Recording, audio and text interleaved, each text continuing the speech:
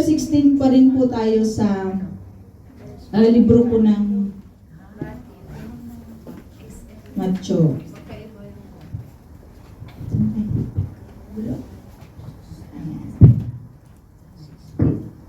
Let us pray. Heavenly Father, we thank you so much, Lord, and we praise your name, O God. We come to you, O Lord, asking, O God, na gabayan mo ang isipan ng bawat isa po sa amin, even our heart, O God, as we going, Lord, to listen to your word, to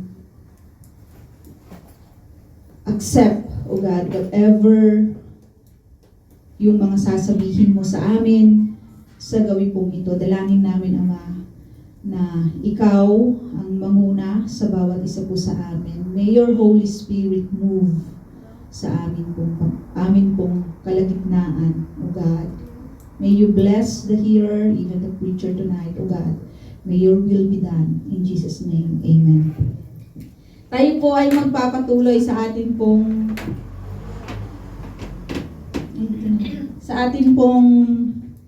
pag-aaral ng libro po ni Matthew. Nakita po natin last topic, kasi last Saturday tayo po ay nagkaroon ng praise and worship night. At yung last na iniwan sa atin ni Sister Meds, di ba, ay yung patungkol sa pahayag, di ba, ni Peter. At nakita natin on how to identify the true church. In identifying the true church, mga kapatid, ibinigay po sa atin, nagre-review lang tayo, baka nakalimot kayo. Tsaka yung mga wala dito. Who is Jesus to them? According to Peter, di ba? Yung confession ni Peter, yung pagkakakilala niya dito kay Jesus, some of them saying that he is Elijah, the prophets, Jeremias, and so on. Yung kanila pong, yung pagkakakilala ng tao sa kanya. At to identify a true church, ano ba yung pagkakakilala nila sa ating Panginoong Jesucristo? And confessing that church, that Jesus is the Son of God. How they view, sabi ni Sister Nets, the Lord Jesus Christ sa iglesia pong iyon. And who is the founder of the church? Diba sabi ng Lord, I will build my church. Doon kay Pedro.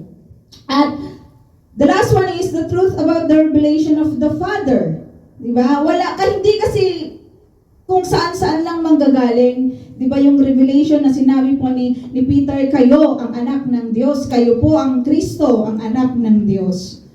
Nireveal ito ng Father dito po kay Peter. As of us, mga kapatid, the revelation of the Lord, the Father to us, is compiled, diba, sa atin pong mga Bible.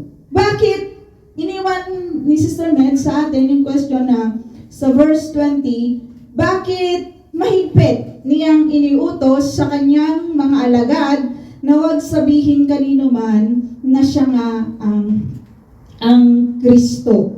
Bakit mahigpit niyang iniutos ito, mga kapatid? Dahil sa mga kapanahunan po na iyon, yun yung mga panahon na prepare, diba? Prepare ng Lord yung kanyang kingdom to fulfill the fulfillment of the prophecy on His way to seal, diba? Yung prophecy nitong si Isaiah that Jesus Christ is the Messiah. To fulfill and seal that He is the Son of God. Kaya sinabi na mahigpit na hindi pa pwedeng sabihin. At sa mga kapanahunan na iyon, mga kapatid, hindi, di ba? Hindi nila sinasabi, pinapahayag na ito si Kristo, kahit na noong pahirapan na si Kristo, di ba?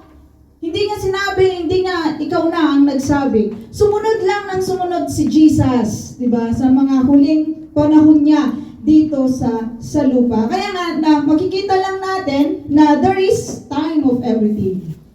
Di po ba? May panahon ang lahat ng bagay, as Solomon said. Kaya nga, even yung time to keep silence and the time to keep, or the time to speak, na pwede mong ipahayag yung mga bagay-bagay. As those disciples, mga kapatid, ng ating pong Panginoon, pagkatapos ng resurrection po ng Lord, makikita po natin yung kanilang buhay that they really testify that Jesus, the Christ, that Jesus is the Messiah and Jesus is the Son of God. Kasi nga, na-fulfill, di ba? Lahat, na-sealed lahat yung prophecy nitong si Isaiah. Nangyari ang lahat ng ito. Kaya yun po kaya nga sinasabi ni Kristo, di ba, na huwag ipahayag. Because there's time for everything. Mga kapatid, it's time to speak and time na maging silence mga panahon na pwede kang magsalita, pwede ka ding manahimik muna. Dahil the way of the Lord lang talaga, mga kapatid, yung way ng Lord ay hindi way ng tao eh. Di ba? Yung way ng tao, most of the time, ito ay bumabagsak. Di ba? At yung way ng Lord ay nagbibigay ng victory. At sa atin pong pagsisimula, dito po sa verse 21, marami tayong oras. Sana matapos natin. Jesus is ini-inform niya for the first time yung kanyang mga disipulo tungkol sa kanyang kamatayan at muling pagkabuhay. Jesus is openly and directly expressing yung kanyang pong magiging suffering sa mga kapanahunan po na yon for the first time. Dahil He knows na kaya nang i-digest ito ng kanyang mga disciple. Di ba? Kasi nakakalungkot yon, di ba, sa atin, kung titignan natin yung mga kasama natin, halimbawa, di ba, sasabihin niya na mamamatay, may cancer, may taning na yung buhay ko, di ba?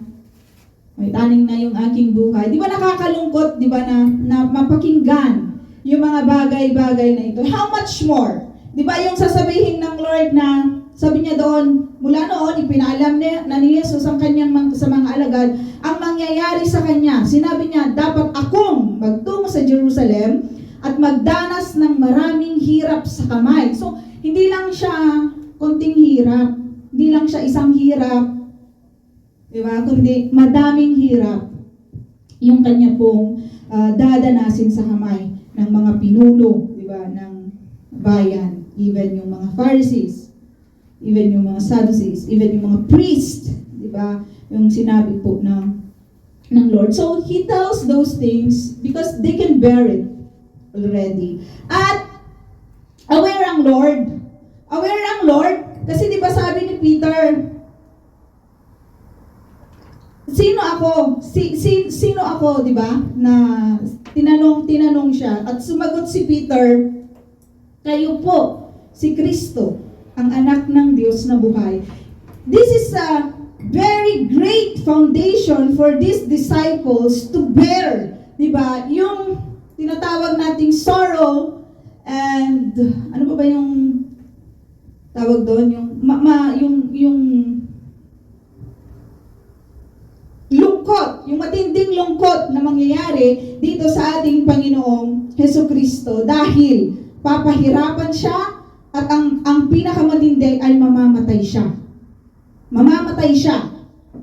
Pero ang sabi ng Lord sa ikatlong araw ay muli siyang mabubuhay. Knowing that He is the Son of God, mga kapatid, yun ang magiging foundation nila para hindi ma-shake yung kanilang belief. Diba? Na itong si Kristo ay yung hinihintay nilang Messiah sa mga kapanahunan po. Nila. Kaya nga, take note of this, mga kapatid, na there is always a time na pwede kang magsalita ng katotohanan patungkol sa mga kapatid. Katulad na naalala ko lang, yung kay Paul, di ba, in teaching. Pag nagtuturo siya, di ba, sabi niya, ibinigay ko sa Corinthians ba yan, ibinigay ko yung parang pagkain ng mga bata. Tapos yung isa naman ay giving milk to those, yung mga hindi pa masyadong rooted sa kanila pong pananampalataya. May mga panahon, di ba? At sa mga kapanahonan ito, mga kapatid, kaya na nilang i-grasp, di ba? Kasi konting panahon na lang mawawala na si Kristo. Di ba? Mawawala na si Jesus sa kanila pong kapanahonan. Kaya nga ipinalam for the first time, di ba? Nakasama-sama na, lagi nilang nakikita itong si Jesus, the miracles and wonders, di ba? Kahit na pagod sila, nakita nila yung mga miracles ng Lord, nagbigay ng Lord, di ba, ang kapahingahan sa kanila. Nakita natin on how compassionate our Lord is sa mga atin pong mga pinag-aralan. And this is the time, the suitable time to tell His disciple His suffering, even yung kanyang death, mga kapatid. Kaya nga ibinigay ng Lord sa kanila yung mga bagay na ito. At makikita natin that there is a specific place. Di ba sabi dito, dapat akong magtungo sa Jerusalem. Dahil doon ihahandog, di ba? Ihahandog ang ating Panginoong Jesucristo. Ibibigay yung kanya pong buhay. Ang ministry po ng Lord, most of the time, mga kapatid, ay sa Galilee, di ba? Most of the time, doon ang ministry po ng Lord. Kasi doon yung transportation, madaming dumadaan, transportation. Kaya doon, most of the time, naglagi ang ating Panginoon at nagbahagi ng kanya pong mga salita, nagturo, di po ba, sa mga tao. Pero sa city of Jerusalem, siya pupunta upang, di ba? Pupunta siya, parang pupunta ang Lord sa lion's den, di ba? Kasi nandoon yung mga, yun yung headquarters, di ba, ng mga pari, ng mga pinuno ng bayan, di ba? Yung mga nagsasabing nagtuturo ng kautusan. Because Jerusalem, this is the place na yung temple ay nakalocate.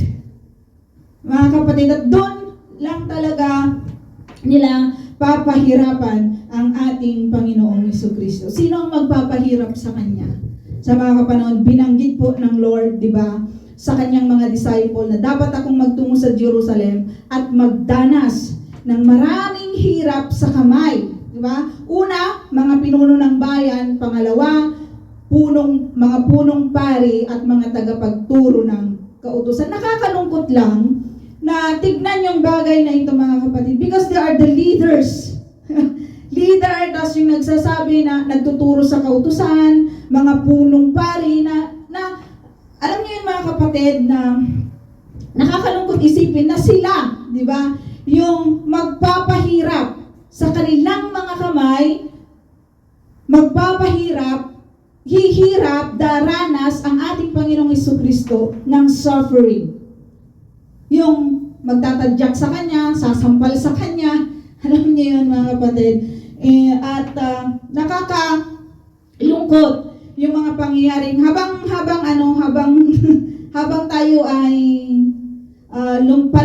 palapit sa kamatayan ng ating Panginoong Jesucristo. Nakakalungkot lang na yung mga taong ito, di ba, ay hindi nila nakita, hindi lang talaga nila nakita ang totoo, di ba, na Misaya na kanila pong hinihintay sa kanilang mga kapanahunan. At sabi niya pa dito, saan na tayo? Sa kamay ng mga pinuno, sabi niya, ako'y papatayin, ngunit sa ikatlong araw, ako'y muling mabubuhay. Jesus is expressing His suffering sa kanya pong mga disciple. He is telling na ako'y dadanas ng maraming hirap sa kamay ng mga taong ito. Ako'y papatayin. So, ibinigay ng Lord yung mangyayari sa kanya. Sinabi ng Lord yung mangyayari sa kanya. Dadanas siya ng hirap, papatayin siya. Alam niyo mga kapatid, the assurance and the hope na panghahawakan lang po ng mga disciples days sa ikatlong araw ay ako'y muling mabubuhay. Ito yung hinihintay na evidence, di ba, ng mga Pariseyong ito, ng mga tao na magpapahirap po sa kanila, na siya nga at siya ang anak ng Diyos at ang hinihintay nilang Messiah. Ano mga kapatid, bakit ito sinabi or ipinahayag ng Lord sa kanya pong mga disipulo? Kasi di ba ang pagkakaunawa, di ba, ng mga nagtuturo ng kautusan, is doon siya sa lineage ng royalty. Talaga naman sa lineage siya ni David eh. Pero ang pagkakaunawa nila, isa siyang powerful, dignitary, na talagang ililigtas sila, di ba, sa kamay ng mga Roman ruler sa mga kapanahunan po nila. Yun ang nakaligtaan, di ba, ng mga nagtuturo ng kautusan. Hindi po nila yun nakita. Kasi lantaran, di ba, na ipinapahayag ng Lord, nagtuturo po ang Lord, pero bulag sila. Bingi sila sa katotohanan. And they don't want to accept. Kasi, minsan natanong ko doon sa anak ni Sarah, sabi, alam mo ba, nag-aaral ako ang inaaral niya daw ay yung si Peter. Ewan ko kung anong yung si Peter daw, na sabi niya na itong disciple na ito, ni Jesus, sabi niya. Tapos tinanong ko sa kanya, wala naman kasing kahit tignan mo yung lakad ni Jesus, sabi ko, meron ka bang nakita na mali, na unlawful na ginawa ni Jesus? Sabi ko, wala naman talaga, bakit hindi niyo siya pinapaniwalaan? Diba? That's the question. Bakit ganun na lamang nila talikuran? Diba? Si Jesus, ganun na lamang yung kanilang allergy, yung kanilang mga tenga sa ating Panginoong Hesukristo. Kung titignan natin ang buhay ng ating Panginoong Hesukristo, wala namang ginawa ang Diyos na against sa law. Diba? Ayaw lang kasi i-accept, diba, ng mga tagapagturo ng kautosang ito kasi they are compromising people. Nagki-compromise sila sa ruler, sa mga kapanahunan po na yan na mga Roman Empire. Kaya mga kapatid, ganun na lamang, di ba, yung pagpapakilala or pagsasabi or pagpapahayag, di ba, ng Lord sa kanya pong mga disciple, sa kanya pong darating na kamatayan, at ang napakaganda, ang sabi niya, yung ako'y papatayin, ngunit sa ikatlong araw, ako'y muling mabubuhay. Kung bakit niya sinabi, for the disciples to be armed sa bagay na yan. Prepare niya. Prepare ng ating Panginoong Jesucristo ang mga disciple na ito kasi iiwan niya. Iiwan niya yung mga disciple na ito. Physically. Diba? Hindi na nila makakasama ang Panginoong Jesucristo. But the good thing is, di ba, ibinigay ng Lord ang banal na Espiritu sa kanya pong sa ating lahat. Ibinigay niya yon sa atin. Hindi tayo iniwan ng Lord kailan pa man. He suffered. He was killed. He rose again, mga kapatid. And then He gave ang banal na Espiritu sa bawat isa po. Saan naniniwala po ba kayo mga kapatid that there is Holy Spirit in you? Amen. Kasi kung hindi po kayo naniniwala, kasi parang walang akong nakita. Ganun lang. Hindi ko alam kung ganun lang. Amen po. Kasi walang mananampalataya na walang banal na Espiritu sa Kanya. Kasi yung banal na Espiritu, mga kapatid, nandito yun sa atin. Kaya naalala ko tuloy yung kanta na, yung sinabi ni Ate Metz, "Come, Holy Spirit, I need you." Siguro doon sa mga unbeliever, yung kanta na yun, di ba? Pero di ba, kung ng Panginoong Jesucristo sa buhay mo, immediately the Holy Spirit is within you. The Holy Spirit is within you. To be armed, di ba? Yung mga disipulong ito, kasi iiwan po sila ng ating Panginoong Jesucristo. Sabi dito, sinabi ni Jesus, ay nasa na, dinala siya ni Pedro, si Pedro, sa isang tabi at pinagsabihan, Panginoon, wag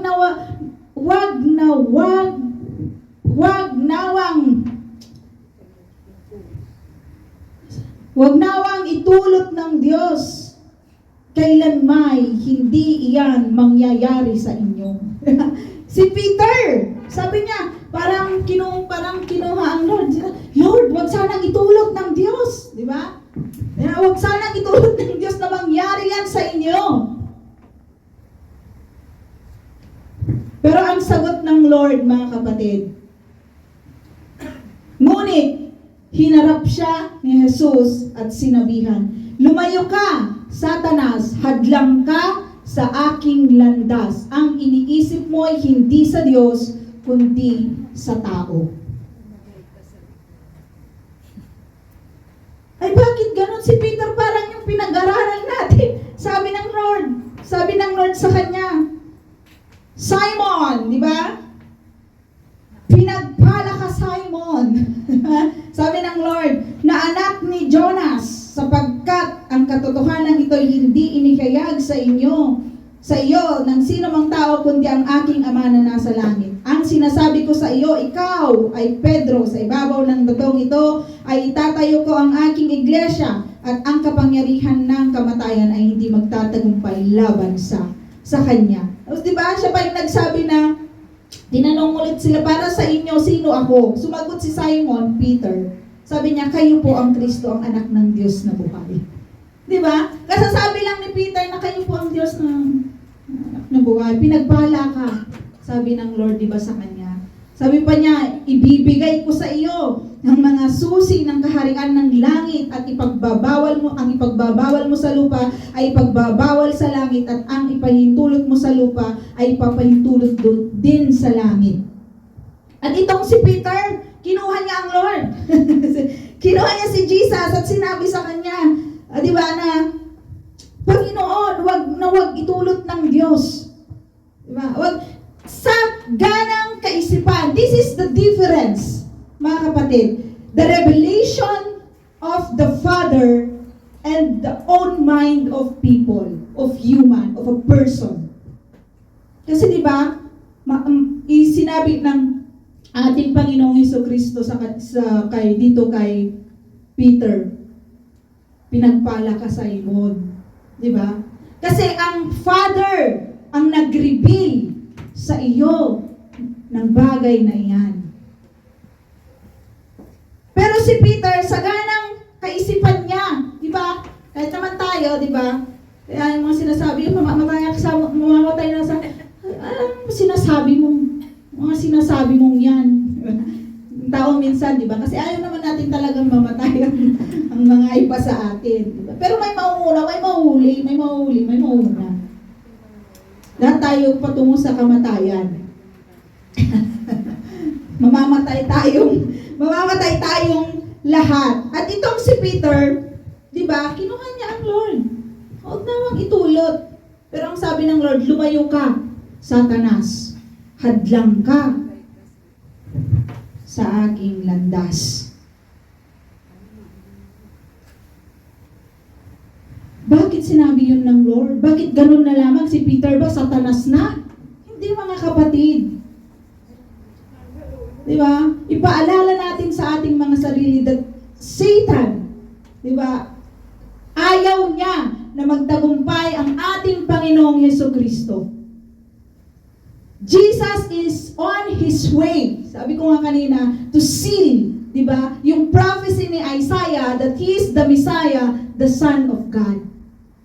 Ayaw na magtagumpay ni Satan ang ating Panginoong Jesucristo upang ma-reconcile ang mga makasalanan sa ating Panginoon, sa ating Ama na nasa langit. And even, di ba, yung pangunawa ng tao mga kapatid, ay ginagamit niya na temptation sa atin pong mga buhay. This is a temptation. Kaya sabi ng Lord, umalis ka, Satanas, hadlang ka sa aking landas. Diba? Itong si Peter ay yung kanyang ganang kaisipan. Kasi ayaw niya, ito yung master niya, ang ating Panginoong, kasama niya. Ayaw niyang mawalay, diba? Dito kay Jesus.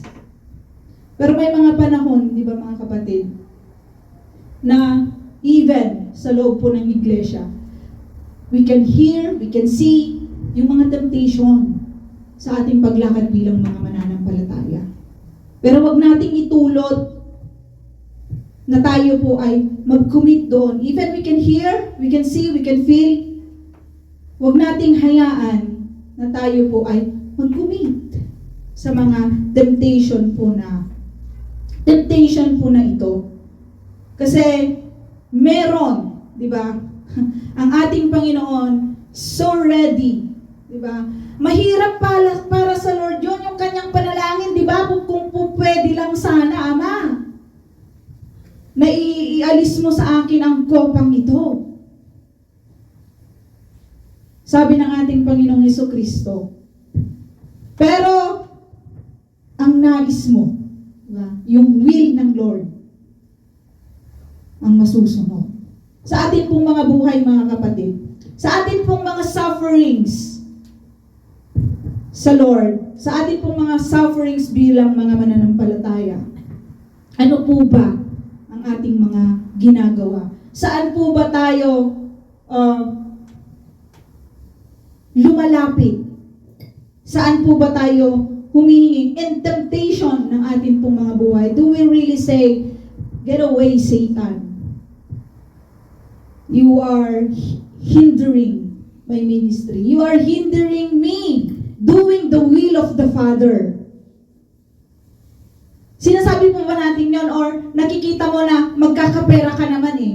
Yayaman ka naman dito. Why not? Get it. O kumagat na, di ba? Kumakagat tayo minsan sa temptation, mga kapatid. God is leading us. Di ba? Jesus, the Father, is leading His Son para magawa, di ba? Maipakita yung kanyang pag-ibig sa tao. Yun po ang ginagawa ng ating Panginoong Hesukristo. Mga kapatid, ano po ang sabi ni Pablo? Di ba? Sabi niya, tularan niyo ako. Imitate me as I imitate Christ. Imitate Christ. At sa mga kapanahon ng napakagandang sabihin sa atin pong buhay bilang mga mananampalataya, mga kapatid, that there will always a lot of temptation sa atin pong buhay. Sa atin pong paglakad bilang mga mananampalataya, ano ang pipiliin mo? I-imitate ba natin ang Lord na, get away, Satan? I want to do the will of the Father. Or, good opportunity. It is a good opportunity. Maybe this is the will of the Father. Napakadali, mga kapatid, na i-determine lang talaga ang will ng Lord. Napakadali lang, mga kapatid. If it's not in the Bible, mga kapatid, hindi yan will ng Lord. Hindi yan will ng Lord, kapatid.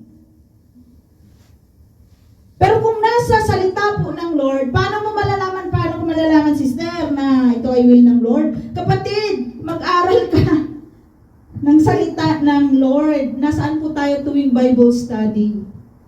Nasaan po tayo every service ng iglesia? Diba? Mas inuuna natin yung temptation. Kasi Satan doesn't want you to be in the kingdom of God. Take note of that. Satan doesn't like that. Kapatid, kaya nga si Satan, 24/7, nagtratrabaho yan. Para lang ikaw ay hindi mapunta sa kalangitan. Para lang ikaw ay mapunta doon sa impyerno kasama niya. Kaya mga kapatid, it is a reminder to you and me that always and pray pray, please pray for the discerning spirit coming from the Lord. Mga kapatid, sa lahat ng desisyon na gagawin natin, sa lahat ng tatahakin natin, even sa paghahanap ng trabaho, di ba, kailangan maging discern, meron ka talagang ipanalangin talaga natin yun sa Lord. At napakadali, sabi ko nga kanina, napakadali namang tignan ang will ng Lord sa buhay ng isang mananampalataya. I don't believe, mga kapatid, na hindi natin malalaman ang will ng Lord. Kasi ang will ng Lord nandito na lahat. Paano mo malalaman kung hindi ka naman nag-aaral, di po ba, ng salita ng Lord? Hindi mo yan malalaman. You can never say, get away, Satan. That's not the will of the Father. Paano mo malalaman that's the will of the Father? There is, here, mga kapatid, sa salita po ng Lord. At kung bago tayo, di ba? Bago tayo sa salita ng Lord, may mga kapatid naman, hindi naman ipinapagkait yung oras, di ba, sa atin. There is advices from our brethren, mga dapat nating gawin. Makakatulong din po yun, mga kapatid, sa ating paglago kung gusto lang talaga nating lumago sa ating pong pananampalataya. But if you don't like, di ba, na lumago, stagnant ka dyan. Darating ang panahon, haharap tayong lahat sa Panginoon. Darating ang panahon, mga kapatid, you and me, hindi po pwedeng isama natin, Pastora, pwede mo pang isama si Pastora sa iyong trabaho. Pero hindi mo na siya po pwedeng isama pag humarap ka na sa ating Panginoon. Hindi mo na, wait lang Lord, sasamahan po ako ni Pastora. Hindi na yan po pwede, kapatid. Mag-isa mo na lang nahaharap sa Lord. Kaya nga sabi ng Panginoong Jesucristo, sinabi ni Jesus sa kanyang mga alagad, sino mang nagnanais sumunod sa akin, ay kailangang itakwil ang kanyang sarili, pasanin ang kanyang cross, at sumunod sa akin. Kaya nga mga kapatid, ang pagsunod sa ating Panginoon, kapatid, mga sister, mga brother, tatalikuran mo lang talaga ang sarili mo. Tatalikuran mo lang talaga ang gusto ng sarili mo. Kasi di ba ang ating Panginoong Jesucristo sabi niya, Lord, kung po pwede lang sana. Yun ang gusto ng Lord kung po pwede lang sana. Di ba? Kasi makikita ng Lord yung kanyang paghihirap kung po pwede lang. Pero hindi po pwede. Hindi po pwede. Kaya sinabi ng Lord, your will be done. Your will be done, my Father. Yung will pa rin ng kanyang Father ang masusunod. Kasi di ba mga kapatid, sa ating pong paglakad bilang mga mananampalataya, sa ating pagsunod, marami po tayong ninanais. Marami tayong ninanais sa buhay. Marami lang talaga. Pero ang tanong, will po ba yan ng Father? Will po ba yan ng Lord? Kaya kung nagnanais tayo, meron tayong pagnanais sa ating pong mga puso, mga kapatid, na sumunod sa Lord. Ang sabi ng Lord, itakwil ang kanyang sarili. Pasanin ang kanyang cross at sumunod sa akin. Kasi hindi madali ang pagpapasan ng cross. Ito pa nga lang, ganyan na, di ba? Magtangan ka. Ano ba yung magtangan sa Tagalog? Mangangawit ka, mangangalay ka. Yung cross pa kaya? Di ba? Cross ng sufferings ng isang mananampalataya. Painful. Di ba? Kasi hindi tayo iibigin ng mundo. Hindi lang talaga tayo iibigin ng mundo. Ang mga unbeliever na friends natin, mga kapatid, doon lang sila. Mga saya-saya lang. Pero sa mga panahon, mga kapatid, na you are in depression. Sa iyong mga trabaho. Di ba? Physically, emotionally, napakahirap. Napakahirap. Hindi lang ikaw, Sister Ethel. Lahat tayo. Lahat tayo. Yung iba, hindi lang sila nag-i-express minsan ng kanila pong mga sufferings and pain sa kanila pong mga trabaho. Pero, di ba, sa kanilang mga prayer requests, masakit po yung aking diba? Dala yun ng kanila pong pagpapagod din sa kanila pong mga trabaho at sumunod sa akin. Hindi po madali ang pagsunod sa ating Panginoong Jesucristo, mga kapatid. Kasi ang dami-dami nating kalaban. Ang dami-dami nating kalaban. Minsan kalaban mo yung trabaho mo, yung employer mo, yung kaibigan mo, yung pamilya mo, yung kapatid mo, yung asawa mo. Dahil gusto mo lang sumunod sa Lord. Di ba? Nagiging kalaban mo sila. At higit sa lahat, si Satan. Mga kapatid, si Satan. Nandyan lagi, sabi ng Bible, di ba? Like a roaring lion. Na gustong i-devour ka. Kung hindi po tayo magiging, sabi ng Lord, be alert, be on your guard. Yun po ang sinabi ng Lord sa atin. Dahil hindi madali ang pagsunod po sa Panginoon. Hindi lang talaga madali. Pero salamat, di ba? Sa grace ng Lord. Kasi kung sagana ang lakas natin, you cannot be able to do that. Walang sino mang may kakayahan, mga kapatid, na sumunod. Pero dahil sa grace ng Lord, dahil sa kanyang provision, dahil sa kanyang pagbibigay ng strength sa atin, mga kapatid, nakakaya nating pagtagumpayan ang 24 hours sa isang araw. Mga kapatid, nakakaya natin mapagtagumpayan yung isang linggo. At nandito na naman po tayo. Diba? Na nakikinig ng salita ng Lord, nagpupuri sa Kanya, pinipili, diba? Na mamalagi sa presensya niya. Magpatuloy po tayo. Ang naghahangad na magligtas ng kanyang buhay ay mawawalan nito, ngunit ang mawawalan ng kanyang buhay alang-alang sa akin ay magkakamit nito. Sapagkat ano ba ang mapapala ng isang tao makamtan man niya ang buong daigdig? Ngunit mapapahamak naman ang kanyang sarili. Ano ang may bibigay ng isang tao kapalit ang kanyang buhay? Wala. Kapatid, wala. Wala kang kayang ibigay sa Panginoon. Wala kang kayang gawin. Wala tayong kayang gawin. Wala tayong kayang ipagmalaki sa Panginoon, mga kapatid. Pero salamat. Because of this, yung suffering ng ating Panginoong Jesucristo, mga kapatid, we are able to nakakaya natin yung mga bagay na ito. Ano ba ang magliligtas, yung naghahangad, di ba? Napakadaming tao, di ba? Napakadaming tao na gustong mabuhay. Kaya nga tayo minsan, di ba, nagsisik tayo ng mga doctors, di ba, nagpapagamot tayo, yung iba talagang tinitignan yung kanila pong mga kinakain. Hindi ko sinasabi na masama yung mga bagay po na yun. Pero ang may hawak ng buhay, kapatid, ay ang Lord. Ano po ba yung mga inuuna natin? Higit sa lahat. Kasi wala naman tayong kakayanan. Wala lang talaga tayong kakayanan, mga kapatid. Wala tayong po pwedeng ipagmalaki sa Panginoon. Kasi kung naghahangad tayo, di ba, na magligtas, wala po pwedeng, hindi ka makakapagligtas ng kahit isang living creature lang talaga.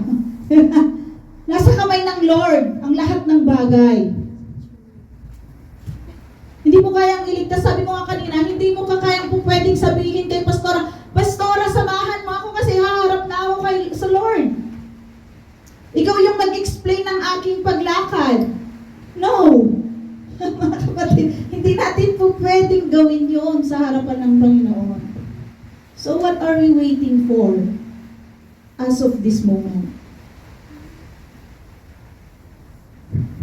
Ano po ba yung mga hinihintay natin?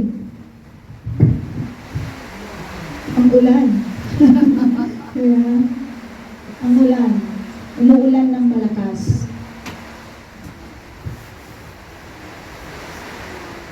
Umuulan. Lakas ng ulan.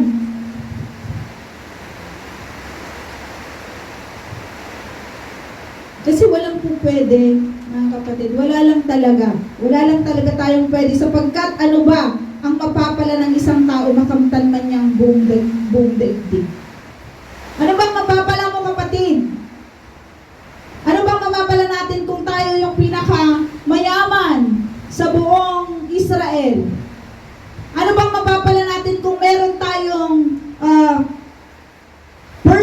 jet, ano ba yun? Jet ski.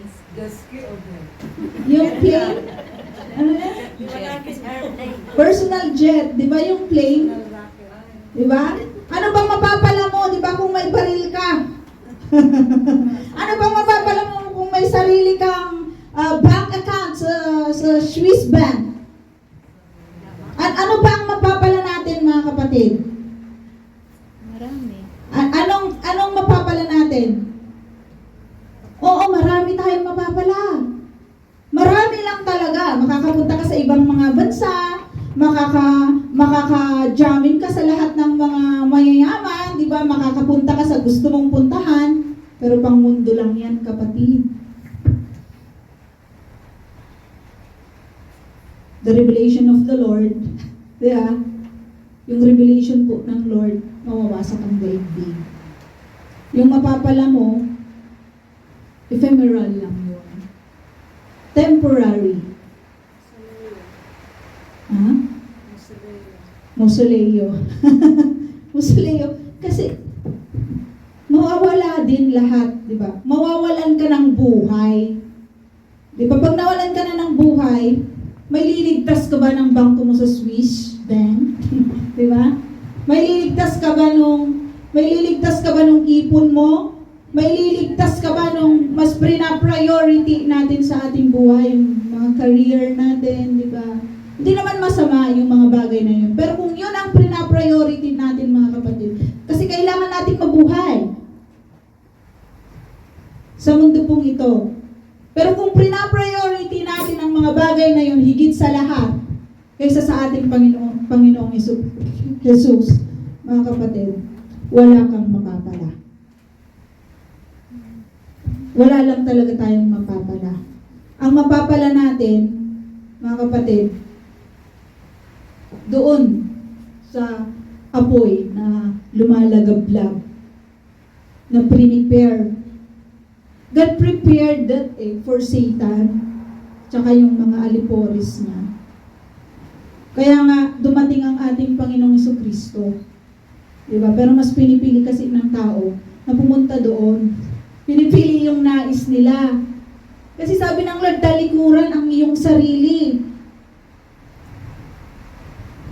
Talikuran, itakwil ang sarili at pasanin ng cross at sumunod sa Kanya. Yun po ang nais ng Lord.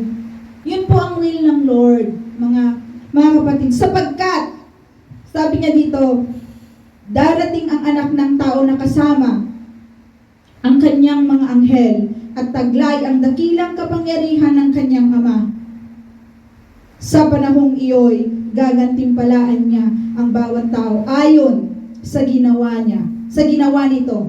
Tandaan ninyo, may ilan sa inyong naririto na hindi mamamatay hanggat hindi nila nakikita ang anak ng tao na dumarating bilang hari.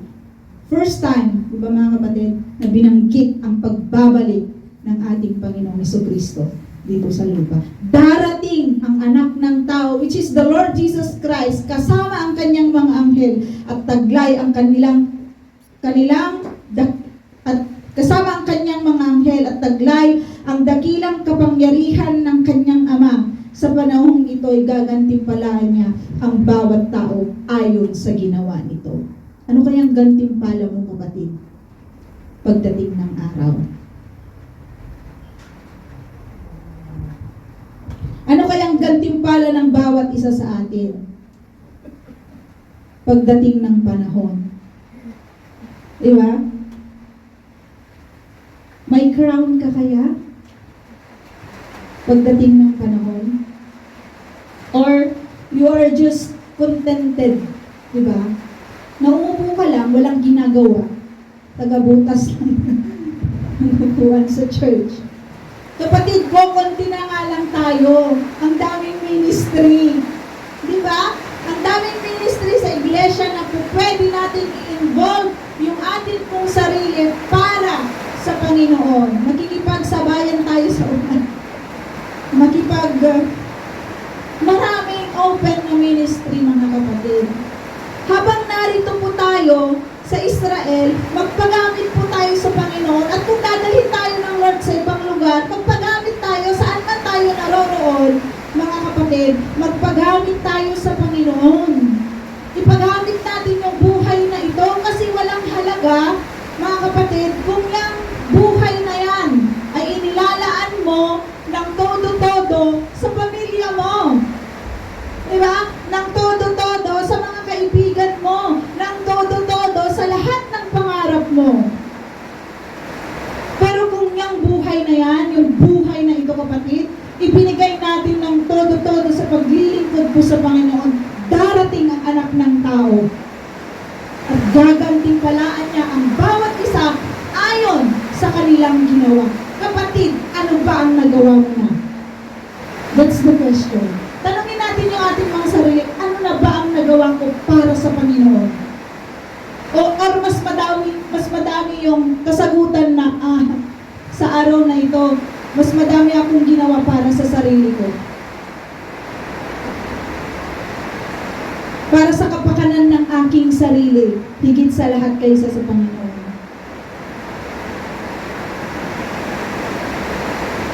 Ano ba yung nagawa mo na kapatid? Meron na ba? O wala pa? Kung wala pa, it's not yet too late to start doing the will of the Father. As Jesus is telling, di ba?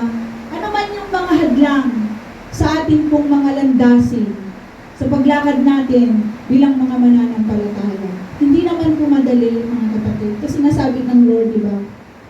Itakwil mo yung sarili mo, mahirap yun. Pasanin mo yung cross mo, mahirap yun. Sumunod sa Lord, mahirap yun. Pero we have this God who never change, mga kapatid, na magbibigay sa atin ng lakas para magpatuloy. Magbibigay sa atin, mga kapatid, ng comfort sa mga kapanahunan, di ba, na tayo po ay nangangailangan. Magbibigay sa atin ng hope sa ating pinapag-aralan sa buhay ni David. Napakaganda yung buhay niya because the Lord never leaves, di ba? Yahweh never leaves David.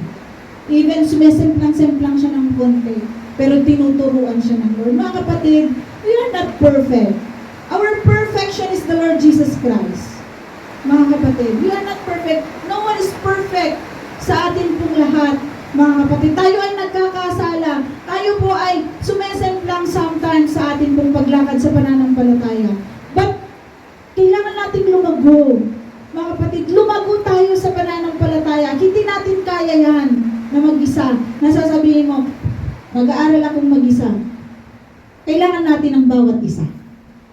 Mga kapatid, higit sa lahat, ang Lord ang dapat pamuna sa ating pong buhay. In doing the will of the Father, mga kapatid, in doing the right thing, mga kapatid, unahin lagi natin ang Panginoon. Unahin lagi natin yung will ng Lord. Sumunod na lang. Isunod mo na lang. Diba? Yung mga will na mga sinasabi natin sa ating pong buhay. Kasi kung inuna natin ang Lord, mga kapatid, hindi tayo pababayaan ng Ama. Hindi tayo pababayaan ng Ama, mga kapatid. Sa lahat ng aspeto ng ating pong buhay. Yung mga pamilya mo, hindi pababayaan ng Lord yan. Diba? Napakahirap lang talagang mawalay. Diba? Mahirap magipag-usap. Ang dami-dami. Diba? Yung mga kaibigan mo na unbeliever. Diba? Napakadami-dami nilang sinasabi sa atin. Marami tayong mga naririnig. Diba? Na mga mockings, word sa kanila. Yung mga tao, yung mga trabaho natin, mga kapatid. Diba? Minsan napakahirap magtrabaho. Napapagod tayo physically, napapagod tayo emotionally, marami tayong mga sufferings. But choosing the will of the Father will give us victory. And we will meet, kung sinasabi dito, na, sa atin pong pinag-aralan, na anak ng tao. Do you want, mga kapatid, napakaganda lang kasi yung sinasabi ng Revelation, di ba? Na we will meet Him in the air. We will meet Him in the air, mga kapatid. Magkikipaghari tayo. We are the co-heirs of Jesus Christ. Napakagandang mga pangako po yun sa atin. Napakagandang mga opportunity, privileges. At yung paglilingkod po sa Panginoon, mga kapatid, yung paglilingkod po natin, privilege yun sa iyo, kapatid, na ibinigay ng Lord. Minsan hindi pa natin kayang gawin. Diba? Minsan hindi pa natin binibigay yung 100% sa ating kung paglilingkod sa Panginoon. Kaya nga mga kapatid, lagi natin ipaalala, the Lord Jesus Christ telling the people, diba, telling His disciple, mga kapatid, na kung sino man ang nagnanais sumunod sa Kanya, diba, itakwil ang kanyang sarili, pasanin ang kanyang Diyos at sumunod ng totoo sa Kanya, kasi darating siya, kapatid. Habang tayo po ay naghihintay sa ating Panginoon, gagawa at gagawa tayo ng para sa Kanya. Habang tayo ay naghihintay, mga kapatid, huwag tayong mawalan ng pag-asa. Habang tayo ay naghihintay sa ating Panginoong Jesucristo, magpatuloy tayo, magpalakasan ang bawat isa, mag-ibigan ang bawat isa. Mga kapatid, we lift each other. At magpatuloy. Kapatid, magpatuloy ka, sabi nga ni Inay. Ano yung sabi ni Lord ni Inay kanina? Ha? Laban. Laban lang. Tuloy ang laban. Diba? Tuloy ang laban. Laban lang. Kasi, kasama natin ang Lord. We cannot be able to win the fight on our own. We can win the fight because of Christ. Nakasama po natin. Let us pray. Heavenly Father, we thank you so much for the opportunity to hear your word tonight, God. Truly, Lord, na napakabuti mo sa aming pong buhay. Salamat, Panginoong Jesucristo, sa iyong paalala. Salamat sa iyong buhay na ibinigay mo, Panginoon, sa amin lahat upang sa ganun ma-reconcile kami, Ama. Ma-reconcile kami sa Ama, O Lord. Salamat, Lord, sa lahat ng privilege, Panginoon, na natatamasa po namin bilang anak po ninyo. Sa inyo po yung pasasalamat, sa inyo po yung papuri, sa inyo ang lahat, Panginoon, ng kaluwalhatian. Nawang mga buhay na ito, Panginoon, ay magamit lamang para sa inyo. Nawang mga buhay na ito, Panginoon, ay mag-decide na totoong maglingkod po sa inyo, Panginoon. Pagpalain nyo ang aking mga kapatid na narito, Panginoon. Pagpalain nyo ang kanila pong buhay at gamitin po ninyo para sa inyo pong kaluwalhatian. Whatever the situation they have, Panginoon, kayo po ang nakakaalam, O God.